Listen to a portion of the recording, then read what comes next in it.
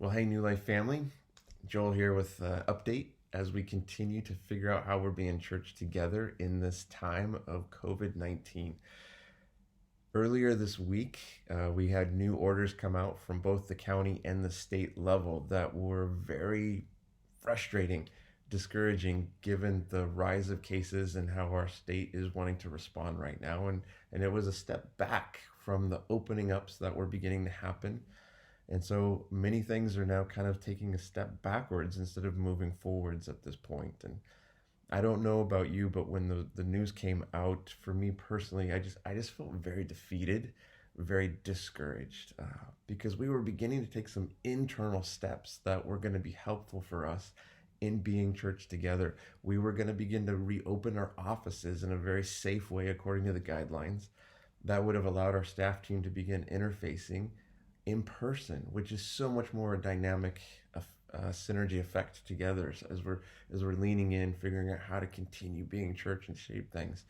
Another thing that we were going to begin doing was bringing in our worship leaders to start recording our musical worship together from our auditorium for our online services. And that was going to be such a great experience. But all of that is on hold now as we've had to take a step back. And as I think about how that can feel, I know that can be very discouraging. I don't think I'm alone in that. I'm imagining some of you are feeling that discouragement as well for where things are. And I just want to talk to the heart of our church for a little bit about this, because in moments of discouragement, it's really easy to feel defeated and even begin to become defensive, upset, hurting, and to want to lash out at other people or lash out at our government. And I get that. And yet I think we have to be so careful about that, because we can easily become unlike Jesus and how we respond to others. And I think we need to be mindful of that reality in this time. And I think ultimately to look at the fact that our government is there to provide protection and hopefully do it right. That's why we're called to pray for our government leaders and to hope that God's best would flow through them. But ultimately, our hope doesn't come for whoever's in whatever political office. I love how the psalmist writes this in Psalm 121, the simple question that he asks here. He says, I look up to the mountains. Does my help come from there? He says, no, my help comes from the Lord who made heaven and earth. And I think it's so important that we recognize that in this time, that our ultimate hope and help come from God and his work in our lives and the good things he wants to produce, the peace he wants to give us to guard our hearts and minds as we're going through difficult times. And so I think now more than ever, it's so important that we be a church leaning in together to remind ourselves of the hope that we have in who Jesus is. And so I want to encourage you to not disengage in this time, because when we disengage in moments of discouragement, we isolate and good things don't happen.